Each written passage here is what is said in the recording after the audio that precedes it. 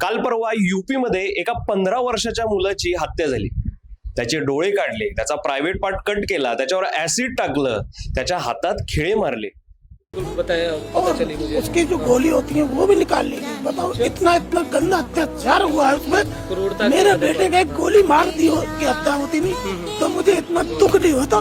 हे सगळं कशामुळे झालं तर गोपाळच्या आजीने या आरोपींना ओरडली होती की माझ्या नातवाला हुक्का प्यायला नेऊ नका. आणि हे सगळं आलं या आरोपींच्या इगोवर आणि त्यांनी हा हत्याकांड केला. या सगळ्यामध्ये त्याच्या आई वडिलांचा सुद्धा दोष आहे. आपली मुलं कोणासोबत जात आहेत, त्यांची संगत काय हे त्यांनी पाहायला पाहिजे. पण सर्वात मोठा प्रश्न हा आहे की भारतातली माणुसकी इतकी कमी का होत चालली आहे. पूर्वी देखील गुन्हे होत होते, पण आता क्रूरता वाढली आहे. आपल्या समोरच्याच्या वेदनांची आता किंमतच उरली नाहीये, त्याची जाणीवच कोणाला होत नाहीये. आपले पूर्वज लढले परकीय सत्तेविरुद्ध, ते लोक आपल्यावर अन्याय करत होती त्यांच्या विरुद्ध.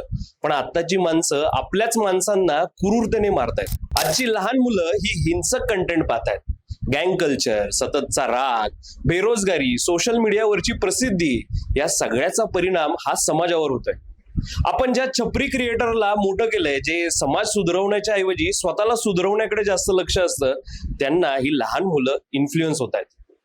आपल्या देशाला शक्तिशाली नाही तर संवेदनशील आणि माणुसकी जपणारी पिढी हवी आहे.